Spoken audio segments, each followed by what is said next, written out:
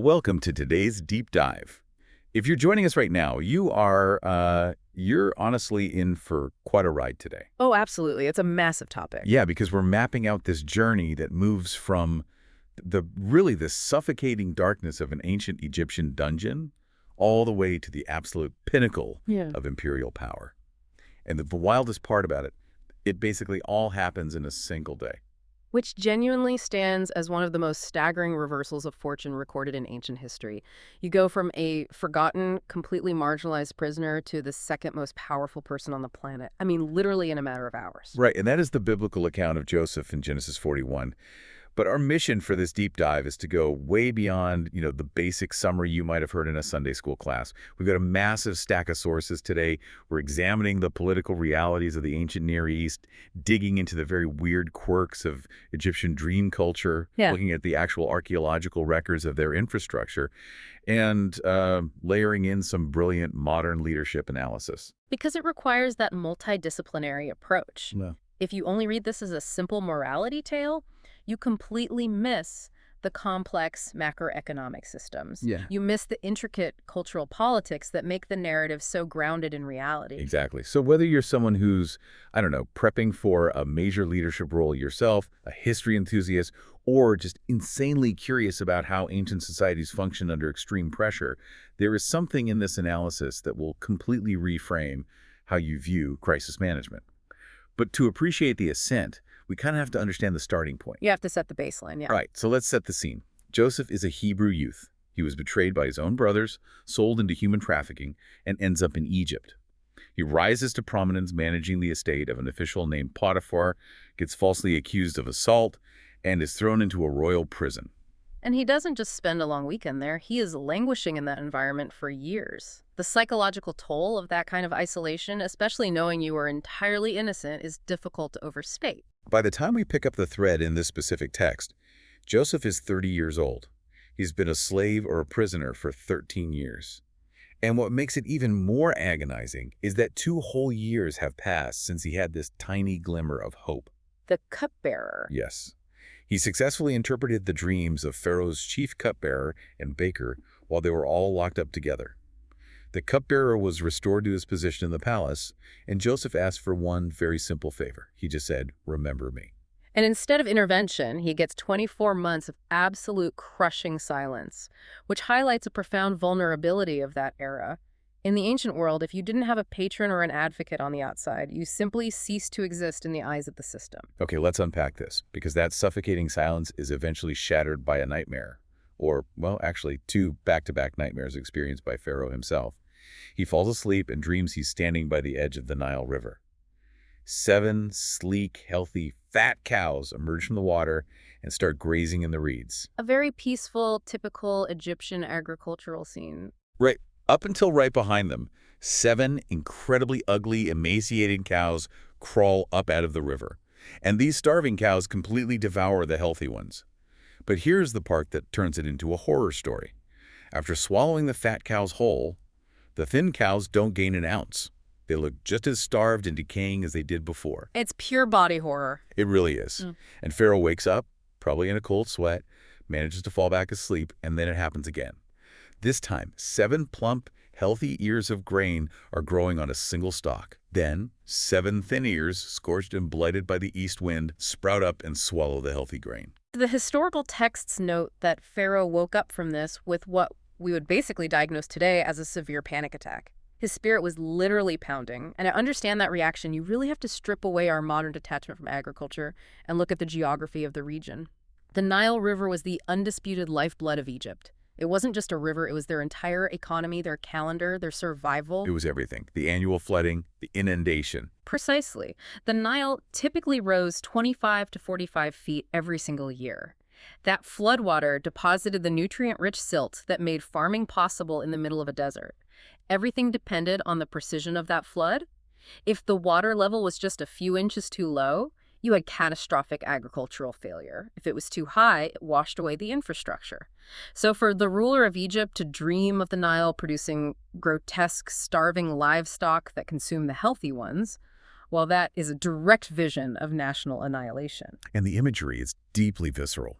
When you dig into the original Hebrew text, there's this fascinating linguistic nuance.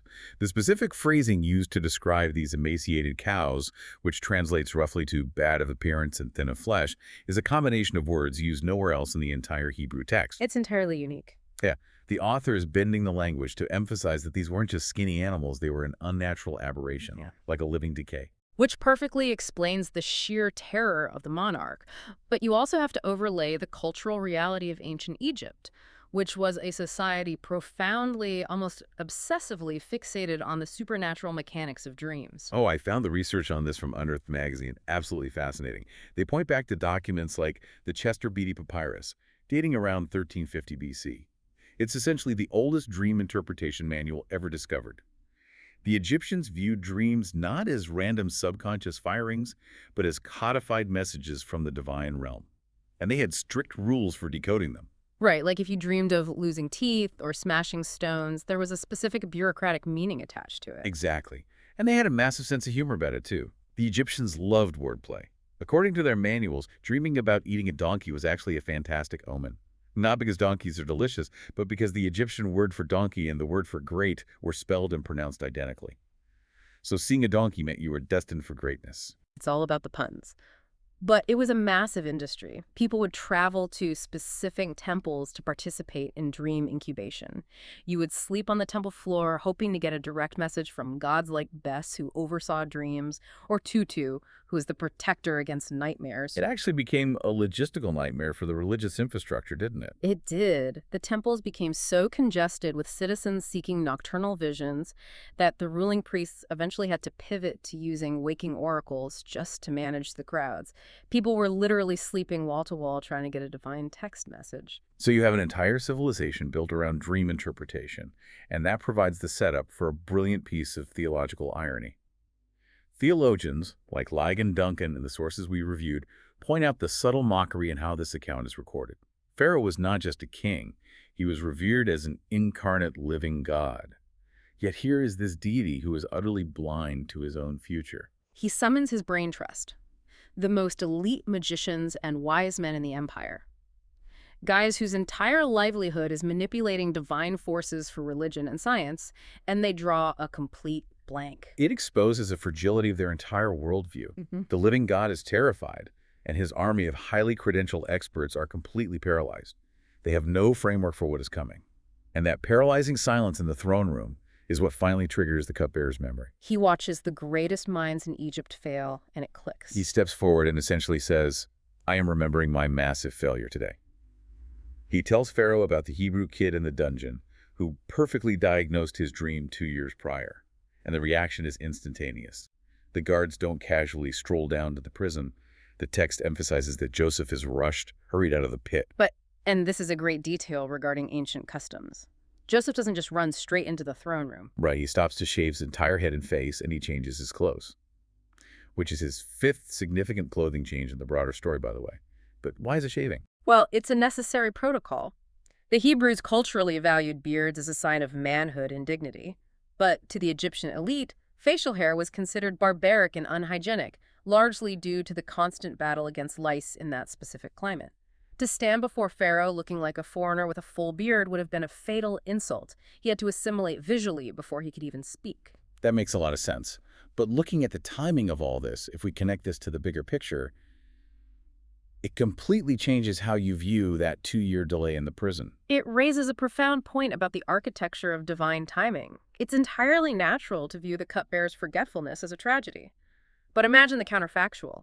What if the cupbearer had remembered Joseph on day 1? Pharaoh wasn't having his nightmares yet. There was no crisis. Yeah, exactly. There was no national emergency.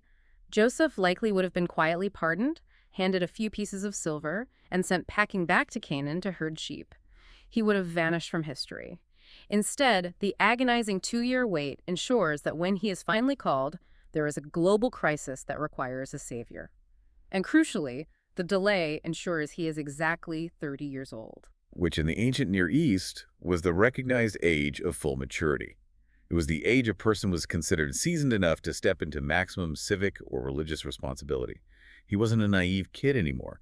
The prison had forged him. The delay wasn't a punishment. It was an incubation period. So this seasoned, 30-year-old former slave stands before the most powerful entity on earth.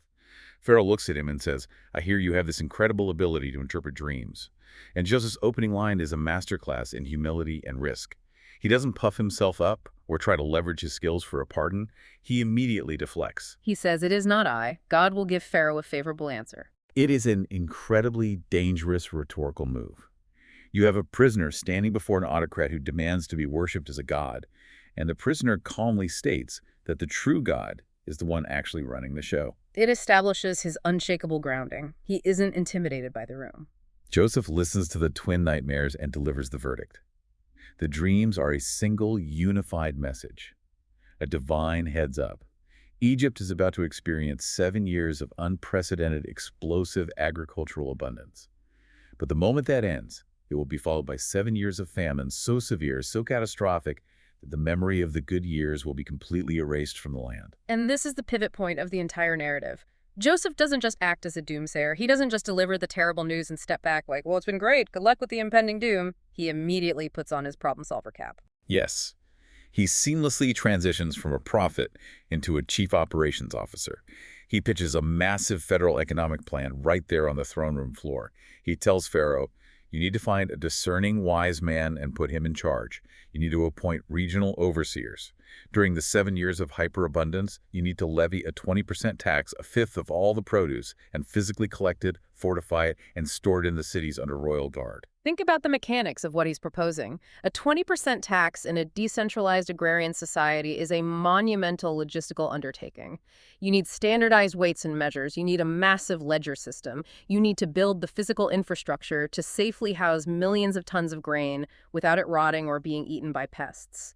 He is proposing the creation of a centralized Federal Reserve, but for food. And Pharaoh's reaction is immediate. He looks at his officials and essentially asks, "Are we going to find anyone better than the guy who just mapped out the entire survival strategy?" Pharaoh hands Joseph his royal signet ring, which is the equivalent of handing over the launch codes and the imperial checkbook. The velocity of the promotion is breathtaking. It really is. He dresses him in fine linen, puts a massive gold chain around his neck, and puts him in the second royal chariot.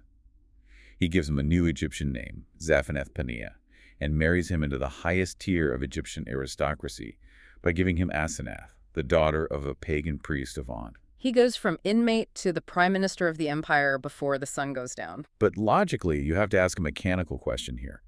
Why would an Egyptian monarch hand over the absolute control of his nation's economy and survival to a 30-year-old Hebrew ex-convict who just walked out of a dungeon? It seems incredibly reckless from a political standpoint. If you look at standard Egyptian history, it does seem impossible. The native Egyptians were fiercely isolationist and generally despised foreigners. But historical research offers a highly compelling theory that makes this promotion politically brilliant.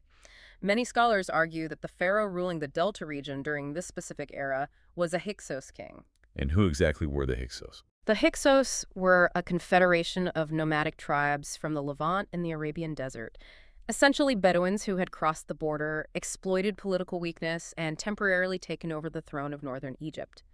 Because the Hyksos kings were foreign invaders themselves, they faced intense, simmering resentment from the native Egyptian population. They had a terrible time finding highly competent native administrators who wouldn't secretly plot to overthrow them. Oh, wow. So when this Hyksos pharaoh sees Joseph fellow. Exactly. He sees a fellow Semitic foreigner. Joseph has no ties to the old Egyptian aristocracy. He has no local political baggage. He has no family allegiances that could threaten the throne. His entire existence and authority would depend solely on the pharaoh. From a purely strategic standpoint, a brilliant, unconnected outsider is the safest possible person to put in charge of your government. That makes total sense. It wasn't just a spiritual revelation. It was a deeply pragmatic political alliance. And they seal that alliance with the new name, Zaphenath-Paneah. The sources dive into what that actually translates to, and it's a bit of a linguistic puzzle, isn't it? It is. Some scholars trace it to Egyptian roots, translating as "the God speaks and he lives," or "abundance of life." Others map it to a Coptic root that means revealer of secret things. Which highlights the dual nature of his new role. He decodes the divine, but he is also the literal provider of life for the nation.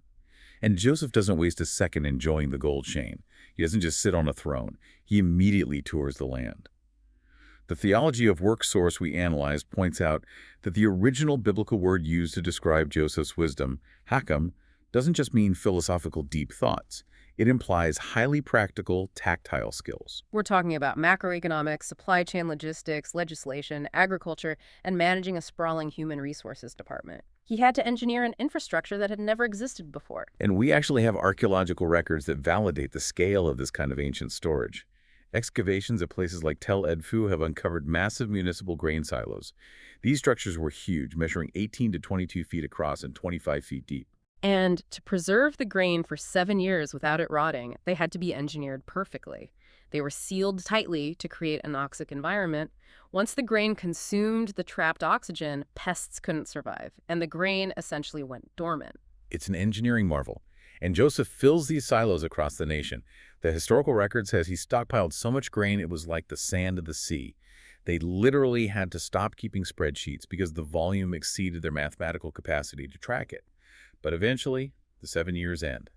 The weather patterns shift, and the famine hits. And this raises an important question because it forces us to look at the grim mechanical realities of crisis leadership. This wasn't a localized drought. The famine impacted the entire surrounding region, driving desperate populations into Egypt to buy food. When Joseph finally opens the municipal storehouses, he doesn't initiate a free relief program. He implements a strictly escalating barter system. Right. It's a cascading economic collapse for the average citizen. Year one, the people buy the grain using their money. When the currency is entirely drained and sitting in Pharaoh's treasury, they come back the next year. Joseph says, bring your livestock. So they trade their horses, their sheep, their cattle, their working donkeys, which fundamentally strips them of their ability to generate future wealth. And then the final stage arrives. When the money is gone and the animals are gone, the starvation sets in again. And the citizens approach Joseph and willingly offer the only things they have left, their real estate and their own bodies. They sell their land to Pharaoh, and they sell themselves into indentured servitude just to secure seed to plant for the next season. The only demographic uniquely exempted from this total nationalization of wealth were the Egyptian priests, who operated under a separate royal allowance. You really have to pause and sit with the moral tension of that reality. Joseph is the ultimate crisis manager. His foresight and infrastructure absolutely prevented the starvation of millions of human beings. He saved the known world. But the cost of that survival was the complete restructuring of the socio-economic ladder. He formalized a system where all wealth, all land, and all human capital were consolidated into the hands of a single autocrat. It is a profound complexity. He navigated the lesser of two unimaginable evils: allow a continent to starve to death, or institutionalize a system of total dependency on the state. It's an unbelievably heavy burden for a leader to carry. You have the weight of an entire civilization's survival resting on your policies that are objectively harsh. And yet, when you look at how he processes his own personal life during this exact same era, you see a completely different emotional landscape. Oh, so? Well, during those years of plenty, he has two sons. He names his firstborn Manasseh, which means God has made me forget all my hardship. And his second son is named Ephraim, meaning God has made me fruitful in the land of my affliction. Those names are incredibly revealing. They tell you the internal state of the man running the empire. He isn't consumed by bitterness toward his brothers who sold him. He isn't plotting revenge against Potiphar's wife who framed him. He has found a way to recognize that the divine purpose in his life has somehow redeemed the trauma of his past. He is finding personal healing even as he manages a global catastrophe. Which brings up some fascinating historical echoes that validate the massive impact of this event. There is a famous artifact from the sources known as the famine stele. It's a massive text carved into a granite boulder on Sahel Island in the Nile. Right, dating to the Ptolemaic period. Exactly, which is roughly 1,000 years after these events. But it records an ancient cultural memory. It describes a horrific 7-year famine where grain was non-existent, children were weeping, the shrines were shut down in despair, and a ruling pharaoh had a dream that was answered by a deity. It's a breathtaking historical parallel. It demonstrates that the trauma of a 7-year collapse, intertwined with a monarch's dream, was so deeply scarred into the Egyptian consciousness that they were still carving it into stone a millennium later. But if you pan out even further, the theological sources we analyzed place Joseph's narrative into an even larger framework. Across centuries of theological study, Joseph is often viewed as a primary archetype, a foreshadowing of the life of Jesus. And when you start stacking the specific details side by side, The parallels really are deeply compelling. You have two beloved sons. Both are betrayed by their own brethren for pieces of silver. Both are falsely accused and suffer silently as innocents. Both step into their public ministry at the exact age of 30. Both are elevated to the highest throne, are given a Gentile bride, and ultimately become a savior of the world, which is actually how Jerome translated Joseph's Egyptian name in the Latin Vulgate. The structural similarities are just woven throughout the text. Yeah.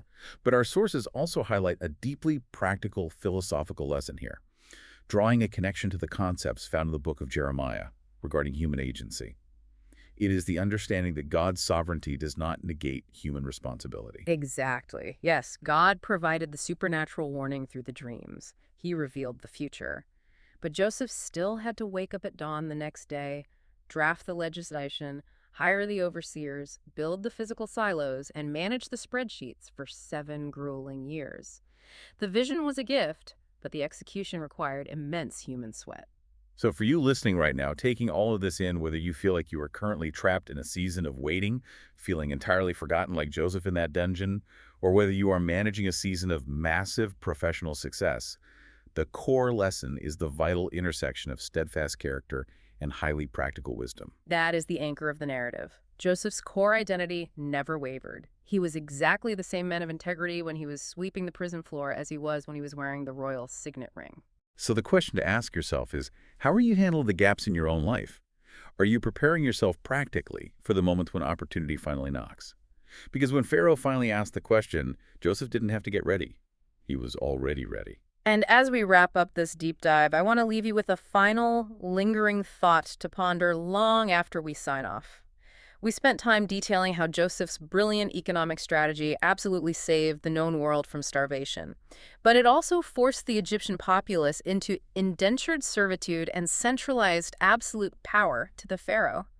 It makes you wonder, centuries later, when a new pharaoh arises and enslaves the Israelites, to what extent were the chains of that oppression forged by the very system Joseph created to save them? That is a brilliant and incredibly heavy paradigm to walk away with.